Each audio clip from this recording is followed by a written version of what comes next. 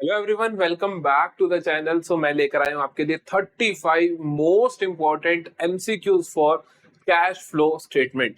पूरे का पूरा कैश फ्लो स्टेटमेंट हम इन 35 एमसीक्यू से रिवाइज कर देंगे अच्छे से, थ्योरी के साथ। कॉन्सेप्ट या जैसे कि आपके कई बार अकाउंट का क्वेश्चन किस तरीके से आता है, आपको पूरा आइडिया मिल जाएगा। क्योंकि कैश फ्लो स्टेटमेंट एक ऐसा चैप्टर है जिसके जो एमसीक्यूज बनाने थोड़े डिफिकल्ट होते हैं, तो वो ये किस तरीके से एमसीक्यू बन के आ सकते हैं वो सारा कुछ आप अच्छे से सीख लोगे। तो एक एक एमसीक्यूज को बहुत अच्छे से कर लेना, सारे के सारे एमसीक्यूज लगा के देखने, मेरे साथ साथ करने और मेरे आंसर्स भी सुनने हैं कि सर किस तरीके से करवा रहे हैं। सो जल्दी से शुरू करते हैं पहले एमसीक्यूज के साथ। 35 के 35 करेंगे बहुत अच्छे तरीके से। सो पहला है, कहते हैं कि ए limited engaged in business of retailing of two wheelers invested 50 lakh in shares of a manufacturing company। कहता है ए लिमिटेड जिसका खुद का बिजनेस है दो टू व्हीलर्स का रिटेल करना, उसने 50 लाख के शेयर खरीद लिए मैन्युफैक्चरिंग कंपनी के। डिविडेंड रिसीव होगा जो इस इन्वेस्टमेंट पे, वो क्या होगा। अब जो उसने किसी कंपनी के शेयर खरीदे हैं तो वो इसकी इन्वेस्टिंग एक्टिविटी तो उसके ऊपर जो उसको मिलेगा, dividend received, rent received, interest received, ये सारे क्या होते हैं, cash flow from investing activities होते हैं। अगला देखते हैं, तो कॉन्सेप्चुअल क्वेश्चन आएगा जो भी आएगा आपके पास, how will you classify deposits by customer in Axis Bank. अब आप सोच सकते हो कि हम किसके बिहाफ पे देखें, कस्टमर के बिहाफ पे देखें या बैंक के बिहाफ पे। तो कॉमन सेंस की बात होनी चाहिए कि हम कंपनी के हिसाब से देखेंगे। इन दोनों में जो भी कंपनी है, कंपनी कौन है, एक्सिस बैंक है। तो एक्सिस बैंक के पास जो डिपॉजिट आ रहे हैं उसके कस्टमर्स के, वो उनके लिए क्या है, वो उनकी फाइनेंसिंग है, ऑपरेटिंग है या इन्वेस्टिंग है, रोज का काम है। रोज कुछ कस्टमर आते हैं, पैसा डिपॉजिट करवाते हैं, कुछ विड्रॉ करवाते हैं, तो this is the operating activity. तो ये क्या है, उनके लिए एक ऑपरेटिंग एक्टिविटी है। अगला है, which of the following is a source of cash. इनमें से सोर्स ऑफ कैश कौन सा है। ये बेसिकली एक तरीके से आप ध्यान से देखना, बहुत अच्छा क्वेश्चन है। पहला कहते हैं sale of marketable securities for cash. ये एक्चुअली में नहीं है, क्यों, क्योंकि marketable security cash and cash equivalent में आता है, तो इसको कैश में कन्वर्ट करने से कोई कैश नहीं आया आपके पास, छोड़ दो उसको, तो ये नहीं हो सकता। कैश विड्रॉन फ्रॉम बैंक नहीं, ये भी एक कैश की फॉर्म दूसरी कैश की फॉर्म में बदल गई बस। कैश डिपॉजिटेड इन बैंक नहीं, ये भी कैश की फॉर्म, कैश में पड़ा था वो बैंक में पड़ा तो वो फॉर्म बदली है सिर्फ। Sale of goods costing 10,000 for 8,000। हाँ जी, यहां पर मेरे पास कैश आ रहा है क्योंकि मेरी इन्वेंट्री जा रही है, इन्वेंट्री मेरी रिड्यूस हो रही है, कैश मेरा इंक्रीज हो रहा है। सो यहां पर हम कहेंगे कि हाँ जी एक्चुअली में कैश आ रहा है। ठीक है। While calculating cash flow from operating activities which will be added, इनमें से क्या चीज आप ऐड करते हो। ऑपरेटिंग एक्टिविटी का पूरा फॉर्मेट मैं आपको ऑलरेडी करवा चुका हूँ, हर चीज का फॉर्मेट करवा चुका हूँ। तो कॉन्सेप्ट वीडियो अगर जिस भी बच्चे को आती है वो 35 के 35 ठीक करने वाला है। देखो कब होगा, increase in creditor. Increase in creditor का मतलब क्या होता है, इंक्रीज इन करंट लायबिलिटी। हाँ, ऑपरेटिंग एक्टिविटी में ऐड करते हैं हम, सॉरी, ऑपरेटिंग एक्टिविटी में ऐड करते हैं हम वर्किंग कैपिटल चेंजेस में, याद है। Increase in inventory, increase in current asset minus होता है तो ये नहीं हो सकता। Increase in trade receivable, increase in current asset minus होता है तो ये नहीं हो सकता। Decrease in bills payable, decrease in current liability भी माइनस होता है, ये नहीं हो सकता। तो इसका आंसर क्या होगा, मेरे पास ऑप्शन नंबर ए होगा। अगला देखो, issue of debentures for consideration other than cash is shown under which activity. कहता है अगर तुमने डिबेंचर इशू कर दिए for consideration other than cash के लिए, तो आप उसको कौन सी एक्टिविटी मानोगे। देखो कैश फ्लो स्टेटमेंट के अंदर, कैश फ्लो स्टेटमेंट के अंदर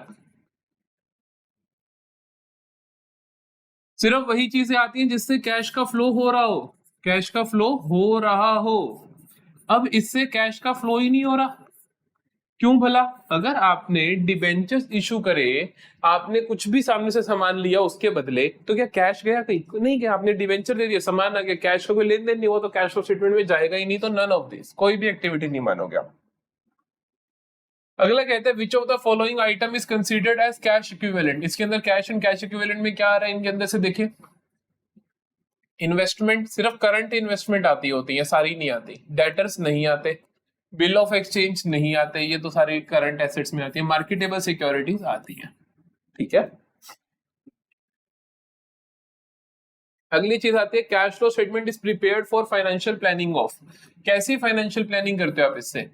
देखो कैश फ्लो स्टेटमेंट बनाकर ना हम देखना चाहते हैं कि हमारे पिछले एक साल के अंदर पिछले एक साल के अंदर कैश का कितना इनफ्लो हुआ और कितना आउटफ्लो हुआ, कितना इनफ्लो हुआ कितना आउटफ्लो हुआ, ये हम देखना चाहते हैं कि मेरे पास कैश पड़ा कितना है कि आने वाली कमिटमेंट्स में पूरी कर सकूं। सिर्फ हम शॉर्ट टर्म कमिटमेंट देख पाते हैं यहाँ पर, क्योंकि हम सिर्फ एक साल का एनालिसिस कर रहे हैं और हम आगे भी सिर्फ शॉर्ट टर्म के लिए देखते हैं कि नेक्स्ट एक ईयर के लिए मेरे पास इनफ कैश है या नहीं है। Cash flow statement is also known as, cash flow statement को क्या बुलाया जाता है? Statement accounting for variation in credit, credit नहीं, उधार का कोई काम नहीं है। Statement of changes in financial position on cash basis, बिल्कुल कहता है फाइनेंशियल पोजीशन में, मतलब कि आपकी एसेट्स आपकी लाइबिलिटीज इनके अंदर जो चेंज आ रहा है कैश बेसिस से, वो देखते हैं। बिल्कुल देखते हैं सर, बिल्कुल देखते हैं सर। फिर कहते हैं कि statement accounting for variation in cash, बिल्कुल जो कैश है वैसे वेरिएशन आ रहा है वो भी सारा हम देखते हैं। फाइनेंशियल पोजीशन में जो वेरिएशन आ रहा है वो भी हम देखते हैं, दोनों ही सही है। इसमें देखो क्या कहते हैं, statement of changes in financial position on cash basis, statement accounting for variation in cash, दोनों लिखा है, तो this is the correct option, this will be the correct option, क्योंकि ये दोनों ही ठीक है। ठीक है, अगला देखते हैं। यहां कहता है Which of the following is a part of cash and cash equivalent? फिर से कैश एंड कैश इक्विवेलेंट किसे बोलोगे? मार्केटेबल सिक्योरिटी को बोलते हो, करंट इन्वेस्टमेंट को बोलते हो, कैश एट बैंक को बोलते हो। All of this will be the correct option, सभी हैं यहाँ पर जितनी भी चीजें लिखी है सभी की सभी कैश एंड कैश इक्विवेलेंट है पड़ी। What will be the effect of purchase of marketable securities for cash on cash flow statement? Marketable security क्या होती है, मैंने अभी आपको बताया। Marketable security, मार्केटेबल सिक्योरिटी क्या होती है? तो मार्केटेबल सिक्योरिटी होती है आपकी, that is cash and cash equivalent का पार्ट होती है। तो बेसिकली अगर आपने कैश देके ये खरीदा तो एक्चुअली में कैश कैश इक्विवेलेंट पे कोई फर्क पड़ेगा? नहीं पड़ेगा, तो हम इनको कहीं भी रिकॉर्ड नहीं करेंगे, there will be no effect. Then we have Which of the following is not included in cash and cash equivalent? क्या इंक्लूड नहीं होगा? ये इन सभी एमसीक्यू से आप अच्छे से समझ गए होंगे कि कैश एंड कैश इक्विवेलेंट में क्या आता है और क्या नहीं आता है। तो यहां पर कह रहे हैं एक चेक्स इन हैंड, बिल्कुल कैश एंड कैश इक्विवेलेंट का पार्ट होते हैं। शॉर्ट टर्म मार्केटेबल सिक्योरिटीज भी होते हैं, हमने अभी देखा। डिमांड डिपॉजिट विद बैंक, बिल्कुल कि आप जब चाहो उसी टाइम डिमांड करके बैंक से निकलवा सकते हो, ये भी कैश इक्विवेलेंट में आता है। ट्रेड रिसीवेबल नहीं आता, तो ये मेरा करेक्ट ऑप्शन होगा, क्योंकि ये मेरी करंट एसेट होता है, मैं जब चाहूं कैश में कन्वर्ट नहीं कर सकता। अगला देखते हैं। Which of the following transaction will result into flow of cash? कहते हैं किस ट्रांजेक्शन से कैश का फ्लो होगा, चाहे इन हो चाहे आउट हो, फर्क नहीं पड़ता। वो कहना चाहता है फ्लो होना चाहिए। डिपॉजिटेड 10,000 इन बैंक नहीं होगा, क्योंकि ये तो एक फॉर्म से दूसरी फॉर्म में बदल गया। विड्रू कैश फ्रॉम बैंक नहीं होगा, क्योंकि ये भी एक फॉर्म से दूसरी फॉर्म में बदल गया। Sale of machinery of book value of 74,000 at a loss of 9,000, बिल्कुल यहाँ पे कैश का फ्लो हो रहा है कि कैश हमारे पास आ रहा है, मशीनरी जा रही है, तो कैश का फ्लो तो हो रहा है। Converted 2,09% debenture into equity share, इसमें कोई कैश का फ्लो हुआ नहीं। पहले से जो मेरे डिवेंचर से मैंने उनको इक्विटी शेयर मानना शुरू कर दिया, दोनों में कोई पैसा नहीं आया ना, कन्वर्ट किया सिर्फ, पैसा पहले ही आ रहा है, तो ऑप्शन नंबर 3 होगा। तो ऑप्शन नंबर 3 होगा, that is option number B, only 3। ठीक है, अगला देखते हैं। Purchase of building result in, अगर आप बिल्डिंग खरीदोगे तो क्या होगा? तो क्या होगा? कैश जाएगा, कैश जाएगा तभी तो बिल्डिंग खरीद पाओगे, तो आउटफ्लो ऑफ कैश होगा। कहता है बहुत आउटफ्लो, क्यों भाई, बिल्डिंग के अंदर कोई कैश भर रखा है, तो आउटफ्लो ऑफ कैश होगा। अगला देखते हैं। Which of the following is not a source of cash? इनमें से क्या चीज कैश का सोर्स नहीं है? डिविडेंड रिसीव करोगे, कैश आएगा, तो ये सोर्स है पड़ा भैया। परचेज ऑफ मशीनरी, पैसा जाएगा, so this is not a source of cash. Sale of asset में भी पैसा आएगा, इशू ऑफ शेयर्स में भी पैसा आएगा, तो they are sources of cash, but purchase of machinery is not a source of cash. Dividend received on shares held for sale by financial enterprises is shown as, तो कहते हैं कि dividend जो रिसीव कर रहे हैं ऐसे शेयर्स पे जो फाइनेंशियल एंटरप्राइजेस ने सेल के लिए रखे हुए हैं, तो उसे हम क्या बोलेंगे? हमने कहा था फाइनेंशियल एंटरप्राइजेस के लिए शेयर्स खरीदना बेचना, बैंक को इंटरेस्ट क्या कहते हैं, लोन देना लोन लेना, ये सारे काम उनके ऑपरेशंस के होते हैं। तो इस तरीके से कुछ उनको उससे कमाई भी हो रही है, तब भी वो ऑपरेटिंग एक्टिविटी होगा। अगर वो क्वेश्चन में बोलता है कि dividend received on shares held for investment, अगर उन्होंने इन्वेस्टमेंट के लिए हेल्ड कर रखे हैं बाय फाइनेंशियल एंटरप्राइजेस, तब मेरा आंसर बदलता, कुछ बदलता, जो भी बदलता बताइए, कमेंट कीजिएगा। ठीक है जी, आगे चलते हैं। From the following information find out the inflow of cash by sale of office equipment. Office equipment को सेल करने पे कितना इनफ्लो हो रहा है। ऑफिस इक्विपमेंट दे रखी है, डेप्रिसिएशन दे रखा है, परचेज बता रखा है, पार्ट ऑफ सोल्ड बता रखा है, तो मेरे को इसका खाता बनाना पड़ेगा। मेरे को ऑफिस इक्विपमेंट का छोटा सा अकाउंट बनाना पड़ेगा। जब आप अकाउंट बना के चेक कर रहे हो कोई भी क्वेश्चन अपने पेपर में, तो आप उसके अंदर ना पूरा पूरा मत करना, मतलब सिर्फ और सिर्फ अमाउंट लिख देना। जैसे ऑफिस इक्विपमेंट का ओपनिंग बैलेंस दे रखा है आपको 3 लाख, क्लोजिंग दे रखा है 2 लाख, तो 3 लाख ओपनिंग और 2 लाख क्लोजिंग। एक ये गलती मत करना, अक्सर हमें लगता है कि यार ये पहले पिछला साल होगा फिर अगला साल होगा, तो ये कंफ्यूज हो सकता है। तो ध्यान रखना है कि ओपनिंग कौन सा है, क्लोजिंग कौन सा है। Depreciation for the year was 40,000, depreciation इधर लगता है, तो depreciation 40,000। Office equipment purchase during the year 30,000, तो टू बैंक 30,000। ये बैलेंस ब्रॉट डाउन है, ये बैलेंस कैरिड डाउन है। Part of office equipment sold at a profit of 12,000, कुछ हमने इस ऑफिस इक्विपमेंट बेच दिया था प्रॉफिट ऑफ 12,000 पे। देखें कितना होगा प्रॉफिट ऑफ 12,000, किधर आया होगा सोचो, इधर आया होगा प्रॉफिट ऑफ 12,000, हमने इधर लिख दिया क्योंकि लॉस इधर आता है, गेन इधर आता है। टोटल करते हैं तो 3,42,000, तो ये आया 3,42,000 में से 2 लाख गया तो 2,42,000, 2,42,000 में से 40 गया तो 2,02,000, तो ये आ जाएगा 2,02,000। ठीक है, सॉरी 1,02,000 है ना, 342 में से 140, 1,02,000, तो कितना आ जाएगा 1,02,000। तो 1,02,000 का मैंने क्या किया, सेल किया। पूछा क्या उसने, कहा इंफॉर्मेशन इनफ्लो बताओ सिर्फ बाय सेल, उसने बोला इनफ्लो बाय सेल बताओ, तो सेल करके इनफ्लो कितना हो रहा है मेरे को 1,02,000 का। Option number A will be the correct option. ठीक है, अगला देखते हैं। Loose tools and stores and spares are part of, loose tools stores और स्पेयर्स किस चीज का पार्ट होते हैं, हमारे इन्वेंट्री का पार्ट होते हैं, तो ऑप्शन नंबर ए। करंट एसेट दिया हुआ ठीक है, बट करंट एसेट का पार्ट इन्वेंट्री होता है, इन्वेंट्री के अंदर ही आते हैं, तो आप पहले इनको इन्वेंट्री में कंसीडर करते हैं हम, फिर इन्वेंट्री करंट एसेट का पार्ट बनती है। अगला देखो, insurance claim received by Ashok company limited of 5 lakh for loss of machinery due to theft will be recorded in cash flow statement in which of the following manner. देखो insurance claim जब भी आए तो आपको पहले तो देखना है कि यार इंश्योरेंस क्लेम मेरा किस चीज के ऊपर आ रहा है।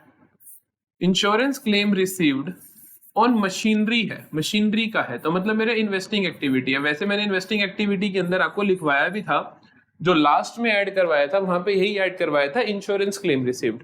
तो आपको देखना है अगर इन्वेस्टिंग एक्टिविटी, बेसिकली मशीनरी जो कि इन्वेस्टिंग एक्टिविटी होती है, उसके रिस्पेक्ट में अगर मेरे को क्लेम मिल रहा है तो that will be my investing activity. तो ये मेरा क्या हुआ जी, इन्वेस्टिंग एक्टिविटी हुआ। तो insurance claim received on machinery क्या है, मेरा इन्वेस्टिंग एक्टिविटी है। तो एक तो ये प्लस होगा इन्वेस्टिंग एक्टिविटी में, प्लस होगा मेरा इन्वेस्टिंग एक्टिविटी के अंदर। कितना अमाउंट है भैया, अमाउंट कितना है 5 लाख का, तो 5 लाख का प्लस होगा इन्वेस्टिंग एक्टिविटी में। ठीक है, और कहां जाएगा, याद करो जब ऑपरेटिंग एक्टिविटी में आप वो निकाल दो net profit before tax and extra ordinary items, तो वहां पे एक्स्ट्रा ऑर्डिनरी इनकम के रूप में आप इसको माइनस करते हो, तो आप लेस करते हो ऑपरेटिंग एक्टिविटी में नेट प्रॉफिट निकालते वक्त। तो ये दो ट्रीटमेंट होंगे इसके, देखें कौन किस में बात की गई है। Subtracted under operating activity as extra ordinary item, बिल्कुल। एडिड टू ऑपरेटिंग नहीं, ऑपरेटिंग में ऐड नहीं होगा। एडिड अंडर ऑपरेटिंग एक्टिविटी नहीं, सब्ट्रैक्ट होता है वहां पे, तो एडिड अंडर ऑपरेटिंग एक्टिविटी नहीं सब्ट्रैक्ट होता है वहां पे, तो subtracted under operating activity and and as extraordinary item and inflow, inflow है ना बस, ठीक है। इनफ्लो अंडर इन्वेस्टिंग एक्टिविटी, बिल्कुल ठीक है। हमने कहा कि इनफ्लो इन्वेस्टिंग के अंदर और माइनस ऑपरेटिंग के अंदर, बिल्कुल। Option number D is the correct option. अगला देखते हैं, चलो। तो पिछला क्वेश्चन मेरे को बहुत अच्छा क्वेश्चन था, आपको अच्छे से समझ आ गया। कोई प्रॉब्लम हो तो प्लीज आप कमेंट सेक्शन में पूछ सकते हो, और टेलीग्राम डिस्कशन ग्रुप में डिस्कस कर सकते हो हमारे साथ। सो यहाँ पर हमने देखा कि हमारे इसको फॉर्मेट में कहाँ कहाँ जा रहा है, उस हिसाब से हमने इसका ट्रीटमेंट कर दिया। अगला देखते हैं। So the next one is Kaveri limited, a financing company, obtained loan and advances of 5 lakh during the year at the rate 12% per annum. It will be included in which of the following activity while preparing CFS। एक financial enterprise है, अगर एक financial enterprise कोई loan लेता है या financial enterprise कोई loan देता है तो उसके लिए वो क्या होती है, ऑपरेटिंग एक्टिविटी होती है। तो ये आएगा हमारा D, operating activity. Fourth option is D only. आगे चलते हैं, कहते हैं dividend paid by a financial company is shown as. ये बहुत इंपॉर्टेंट क्वेश्चन है, बहुत फेमस क्वेश्चन है कि अगर फाइनेंशियल कंपनी ने डिविडेंड पे किया है तो वो क्या है। देखो, डिविडेंड हम पे करते हैं ऐसे शेयर होल्डर्स को जिन्होंने हमारे शेयर्स खरीद रखे हैं। डिविडेंड हम ऐसे शेयर होल्डर्स को पे करते हैं जिन्होंने हमारे शेयर्स खरीद रखे हैं। तो इसका मतलब मेरे शेयर खरीद रखे, इसका मतलब मेरी कंपनी को उसने फाइनेंस कर रखा है, चाहे वो फाइनेंशियल कंपनी क्यों ना हो। अगर अपने शेयर होल्डर्स को आप डिविडेंड दोगे तो वो आपके लिए फाइनेंसिंग एक्टिविटी होगा, तो वो आपके लिए फाइनेंसिंग एक्टिविटी होगा। डिविडेंड पेड बाय, फिर से सेम आ गया क्या, ये भी फाइनेंसिंग, फिर वही स्लाइड द्वारा खुल गई थी। Paid 6 lakh to acquire shares in RT limited and received a dividend of 60,000 after acquisition. These transaction will result in, क्या किया हमने, 6 लाख रुपए देकर किसी कंपनी के शेयर्स बाय करे, किसी कंपनी के शेयर्स बाय करे। अगर आप किसी कंपनी के शेयर्स बाय कर रहे हो तो इसका मतलब वो आपकी इन्वेस्टिंग एक्टिविटी है, आप इन्वेस्टमेंट कर रहे हो। और कहता है कि फिर मेरे को क्या हुआ, उसके ऊपर डिविडेंड भी मिला, 6 लाख मेरा आउटफ्लो है कि इनफ्लो है, आउटफ्लो है क्योंकि मैंने शेयर्स खरीद रहे हैं। फिर मेरे को डिविडेंड मिला, तो डिविडेंड क्या है मेरा, इनफ्लो है 40,000 का, राइट। तो नेट आ गया 5,60,000 का आउटफ्लो, नेट आ गया 5,60,000 का आउटफ्लो। तो ये क्या है मेरा, basically cash used in investing activity 5,40,000, क्योंकि 6 लाख गया, 60,000 वापिस आया, तो नेट आया मेरे पास cash used in investing activity 5,40,000। आगे चले, interest received on investments will come. Interest received on investment, अभी हमने बात की इंटरेस्ट, अगर आपने इन्वेस्टमेंट कर रखी है उस पर इंटरेस्ट मिल रहा है तो ये आपकी क्या होगी, इन्वेस्टिंग एक्टिविटी होगी, क्योंकि आपको वहां से पैसा मिल रहा है। Will come under which type of activity while preparing CFS और नॉन फाइनेंशियल, बिल्कुल। तो इंटरेस्ट रिसीव कर रहे हो अगर आप, तो आपके लिए क्या होगा, बिल्कुल इन्वेस्टिंग एक्टिविटी ही होगा, कोई प्रॉब्लम नहीं है। आगे देखते हैं, SBI bank issued 1,09% debenture of 100 each for subscription. Issue was subscribed. The amount of receipt will be shown as. अगर SBI बैंक ने डिबेंचर्स इशू करे, तो इसका मतलब SBI बैंक खुद को फाइनेंस करना चाहता है, खुद पैसा ब्याज पे ले रहा है, तो वो क्या हो जाएगी, उसकी फाइनेंसिंग एक्टिविटी हो जाएगी। चाहे ये रोज का काम नहीं है कि खुद के डिबेंचर इशू करना, नहीं, ये फाइनेंसिंग एक्टिविटी का पार्ट होगा, चाहे कोई भी फर्म क्यों ना हो। Which of the following transactions are shown under financing activities while preparing CFS? Financing activity में क्या क्या आता है, फाइनेंसिंग में आती है शेयर इशू करना, डिवेंचर इशू करना, प्रेफरेंस शेयर इशू करना, बैंक ओडी का इंक्रीज होना। इन सब के अपोजिट भी फाइनेंसिंग में आते हैं, buyback of shares, debenture redeem करना, या फिर बैंक ओडी कम हो जाना, और इनके ऊपर जो पेमेंट जैसे इंटरेस्ट पेड और अपना क्या कहते हैं dividend paid, share issue expenses, ये सारे फाइनेंसिंग एक्टिविटी के आइटम्स होते हैं। इशू ऑफ शेयर फाइनेंसिंग है, cash received from debtor financing नहीं है, रिडम्पशन ऑफ डिवेंचर फाइनेंसिंग है, cash paid against trade payable नहीं है। तो option number 1 and 3 option number B में है, ठीक है। अगला देखते हैं, While preparing cash flow statement, interest received by financing company, चाहे फाइनेंस कंपनी को भी ब्याज क्यों ना मिल रहा हो, क्या होगा। देखो, उनको अगर ब्याज मिल रहा है फाइनेंस कंपनी को, तो उनके लिए नॉर्मल बिजनेस की बात है, normal day to day business की बात है, तो ये उनके लिए ऑपरेटिंग एक्टिविटी होगा। अगर वो कहते हैं ये इंटरेस्ट रिसीव हो रहा है, उन्होंने कहीं इन्वेस्टमेंट कर रखी है इसलिए, तो इन्वेस्टिंग होता है, अदरवाइज नॉर्मली आप कहोगे ये ऑपरेटिंग है। What will be the effect of a decrease in trade receivable on cash flow? Decrease in trade receivable. Decrease in trade receivable होता है decrease in current asset. Decrease in current asset को क्या करते हो आप, add कर देते हो while operating activity कैलकुलेट करते हुए। तो याद है हम जब वर्किंग कैपिटल चेंजेस से पहले इंक्रीज इन करंट लायबिलिटी को ऐड करते हैं, डिक्रीज इन करंट एसेट को ऐड करते हैं, तो हम ऐड करेंगे in operating activity, option number सी।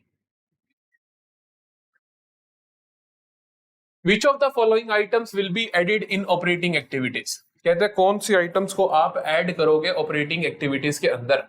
ठीक है, देख लेते हैं क्या क्या ऐड करेंगे। डिक्रीज इन स्टॉक मतलब decrease in current asset add होता है, बिल्कुल ठीक है। इंक्रीज इन करंट लायबिलिटी भी ऐड होता है, ठीक है। इंक्रीज इन डेटर्स ऐड नहीं होता क्योंकि इंक्रीज इन करंट एसेट को आप माइनस करते हो। Increase in outstanding expenses increase in current liability है, ऐड होगा, तो मतलब A B D, option number A that is A B D ये हमारा आएगा। नेक्स्ट क्वेश्चन देखते हैं।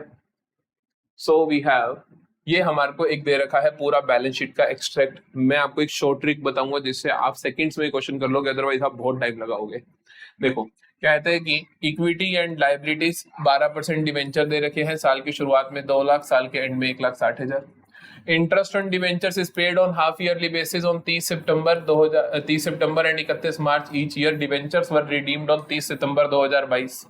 कहते हैं कि जो डिवेंचर आपने रिडीम करे, हम देखो साल की शुरुआत में आपके पास 2 लाख के डिवेंचर है, एंड में 1,60,000 के है, तो मतलब कि जो 40,000 आपने रिडीम करे हैं वो कब करे हैं, सितंबर में करे हैं। How much amount will be shown in financing activity for cash flow statement prepared on 31 मार्च 2023। कहता है कितना अमाउंट आप लिखोगे। हमें पता है कि यार आउटफ्लो है 40,000 का, तो आउटफ्लो सीधा सीधा जो तुमने रिडीम करा आउटफ्लो है 40,000 का, और भी कुछ होगा और माइनस करोगे आप इंटरेस्ट। इंटरेस्ट कितना है देखो, पहले तो इनफ्लो वाला नहीं हो सकता, या तो ये ऑप्शन होगा या ये होगा या ये होगा। ये भी नहीं हो सकता क्योंकि आउटफ्लो 40,000 प्लस इंटरेस्ट भी आउटफ्लो है, तो ये नहीं हो सकता। इंटरेस्ट की बात करते हैं कितना होगा। इंटरेस्ट उसने बोला 30 सितंबर को तुमने कुछ रिडीम कर दिए, मतलब 1,60,000 पे तो पूरे साल का, और 40,000 पे 30 सितंबर तक का, मतलब 6 महीने का। यही मतलब हुआ ना कि 1,60,000 पे तो फुल ईयर का, और 40,000 पे 6 मंथ का। अगर हम देखेंगे 2 लाख पे पूरे साल का कितना बनता है, 2 लाख पे पूरे साल का 12% के हिसाब से 24,000 बनता है। अगर इसमें 24,000 जोड़ू तो 64 बनेगा, लेकिन 64 मेरा सही आंसर नहीं होगा क्योंकि कुछ डिबेंचर मैंने रिडीम कर दिए थे बीच में ही, तो 64 से कुछ कम होना चाहिए आंसर। 64 नहीं हो सकता, 64 से कुछ कम होना चाहिए, तो ये 64 है, ये नहीं हो सकता, ये मेरा आंसर होगा। आपको इंटरेस्ट निकालने तक की जरूरत नहीं है। आप क्या सोचोगे कि सर 2 लाख पे 24,000 बन रहा है, क्योंकि दो हमेशा वो ऐसे ही कंफ्यूज कर रहा होगा इसी अमाउंट से, कि बच्चा सोचेगा इस पे होगा या इस पे, तो वो इसलिए कंफ्यूज कर रहा होगा। 2 लाख पे देखा आपने 12% 24,000 बनता है, 24 करके 64 बनता है, लेकिन वो हो नहीं सकता क्योंकि कम होगा, क्योंकि 40,000 पे तो 6 महीने का ही लगाना है। तो हमने कहा भैया कम वाला आंसर होगा, ऑप्शन नंबर सी। आगे चलते हैं। While calculating the cash flow statement from investment activities, following items should be added, except cash paid for purchase, ये नहीं करोगे ऐड, ये माइनस करोगे, ऑप्शन नंबर ए। ये ऐड करोगे कैश रिसीव्ड, ये ऐड करोगे cash received, interest received add करोगे, तो करेक्ट ऑप्शन आ जाएगा आपका ये। ठीक है। Which of the following is shown as an addition to financing activity. Financing में आपको एडिशन में क्या आएगा, मतलब कि आपके पास पैसा रिसीव हो रहा है, पैसा क्या हो रहा है, रिसीव हो रहा है। रिडम्पशन ऑफ डिवेंचर तो आप पेमेंट कर रहे होगे, नहीं आ सकता। इंक्रीज इन बैंक ओडी पैसा आ रहा है इसका मतलब, क्योंकि बैंक ओवर पहले 1 लाख का था, 1.5 लाख का, मतलब 50,000 आ गया। डिक्रीज नहीं, ये तो जा रहा है, रिडम्पशन जा रहा है, option number C. Which of the following is shown as an addition to financing activity. फिर से सेम निकाल दिया गया, इंक्रीज इन बैंक ओडी भैया। अच्छा जी आगे देखो, ठीक है 35 के कम 34 हो गए क्वेश्चन। चलो ये देखते हैं फिर से फिक्स्ड एसेट का क्वेश्चन। आपको दे रखी है फिक्स्ड एसेट की वैल्यू साल की शुरुआत में ये, साल के एंड में ये। क्वेश्चन कहता है depreciation on fixed asset was 2 lakh, 2 lakh की डेप्रिसिएशन थी। How much amount for purchase of fixed asset will be shown in investing activity for cash flow statement prepared on 31 मार्च 2018 को। परचेज कितना बोलोगे आप, साल की शुरुआत में था 17,50,000 का, साल की शुरुआत में था 17,50,000 का, डेप्रिसिएशन लग गई 2 लाख की, ईयर एंड में है 23,80,000 का, ऐसा ही दिखता है ना अकाउंट। अब आपको जल्दी जल्दी करना है तो आप अमाउंट नाम तो लिखोगे नहीं क्या क्या है, आप ऐसे ही कर सकते हो। ये हमारा डेप्रिसिएशन है भाई, ये कैरिड डाउन बैलेंस है, ये ब्रॉट डाउन था, तो जो भी बैलेंसिंग फिगर आएगा वो परचेज होगा।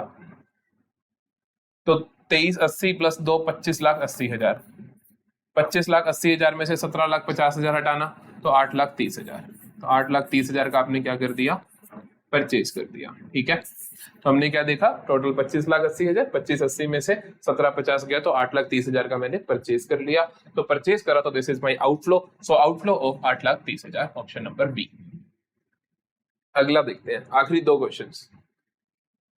बड़ा ही अच्छा क्वेश्चन है, बहुत ही अच्छा क्वेश्चन है, ध्यान से देखना। GSC limited purchase machinery of 10 lakh, issuing a cheque of 2.5 lakh and 10% debentures of ₹7.5 lakh. क्या कहता है, GSC लिमिटेड ने मशीन खरीदी 10 लाख रुपए की और उसकी पेमेंट कैसे करी, 7.5 लाख के तो डिवेंचर इशू कर दिए और 2.5 लाख का क्या कर दिया भाई, चेक दे दिया। 2.5 लाख का क्या कर दिया भाई, चेक दे दिया।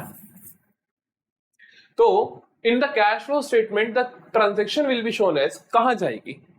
अब ध्यान से देखना कि 10 लाख की तुमने जो मशीन खरीदी, इसके लिए तुम्हारा कैश इनफ्लो आउटफ्लो कितना हुआ, 7.5 लाख के डिवेंचर दिए, तो यहां पर कोई कैश आउटफ्लो इनफ्लो हुआ नहीं हुआ, तो इसका तो कोई भी इफेक्ट नहीं पड़ेगा।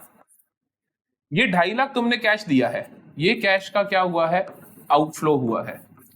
ये कहां दिखेगा आपका, किस चीज के लिए आउटफ्लो हुआ है, क्योंकि आपने मशीन खरीदी है, क्योंकि आपने मशीन खरीदी है, मशीन खरीदी, कैश का आउटफ्लो हुआ, तो इसे आप क्या बोलोगे, this is my investing activity, this is my investing activity. So सिर्फ एक ही जगह आएगा, 2.5 लाख गए इन्वेस्टिंग एक्टिविटी की वजह से, outflow under investing activity 10 lakh गलत है, आउटफ्लो अंडर इन्वेस्टिंग एक्टिविटी 2,50,000 ठीक है, इनफ्लो 7.5 लाख गलत है, नन ऑफ दिस गलत है, तो option number 2, option number 2, only 2। ठीक है जी, आखिरी क्वेश्चन देखते हैं, बहुत ही अच्छा क्वेश्चन है, ध्यान से देखना। एडजस्टमेंट ऑफ प्रोपोज डिविडेंड क्या होती है, मैंने आपको प्रोपोज डिविडेंड का बताया हुआ है स्पेशली, कि प्रोपोज डिविडेंड का ध्यान से सुनो। Proposed dividend, proposed dividend previous year का ट्रीटमेंट होता है, करंट ईयर का कोई ट्रीटमेंट नहीं होता। प्रोपोज डिविडेंड करंट ईयर का कोई ट्रीटमेंट नहीं होता, प्रीवियस ईयर का ट्रीटमेंट होता है। क्या होता है, 2 ट्रीटमेंट होते हैं। पहला तो आप जब वो नेट प्रॉफिट बिफोर टैक्स निकाल रहे हो तो उसमें सरप्लस के अंदर पहले 3 चीजें ऐड करते हो, TIP टिप नाम से, तो उसके अंदर P ये होता है, तो नेट प्रॉफिट निकालते वक्त आप ऐड करोगे। दूसरी चीज, फाइनेंसिंग एक्टिविटी में आप लेस करोगे, ये कैश आउटफ्लो है भैया, डिविडेंड पे कर दिया, तो नेट प्रॉफिट में जोड़ दोगे, फाइनेंसिंग में घटा दोगे। तो add in previous year proposed dividend under net profit, बिल्कुल ठीक है, एंड डिडक्टेड अंडर फाइनेंसिंग, पहला ही बिल्कुल ठीक है, वाओ। और देखें, add previous year profit dividend net profit, ठीक है, and deduct current years, current year का कोई होता ही नहीं, कुछ भी नहीं होता, रूल आउट कर दो, करंट ईयर कहीं भी नाम आ जाए रूल आउट कर दो, इसका कोई ट्रीटमेंट नहीं होता, नन ऑफ दिस नहीं है, तो option number A, only 1, option number D. So here we come to an end. तो हमने cash flow statement CFS complete कर लिया है, प्रैक्टिकल पोर्शन के सभी चैप्टर्स पूरी अकाउंटेंसी के मैंने आपको यहाँ पर खत्म करवा दिए हैं। अगर आप नए हो तो प्लीज जाके चेकआउट करो, CUET 2025 UG की कंप्लीट फ्री कोर्स हमने करवा दिया है। अब रह गए मेरे पास 3rd बुक के थ्योरी के चैप्टर्स, मैं उनके लेकर आऊंगा 1 शॉट्स एंड उनके MCQs, उसके बाद पूरे का पूरा सिलेबस खत्म हो जाएगा, उसके बाद मैं लेकर आऊंगा आपके लिए स्पेशल क्वेश्चंस। सो अच्छे से सारे क्वेश्चंस कर लीजिएगा, कोई भी प्रॉब्लम हो तो आप कमेंट सेक्शन में बता सकते हो। मिलेंगे अगली वीडियो में theory portion of 3rd book के साथ।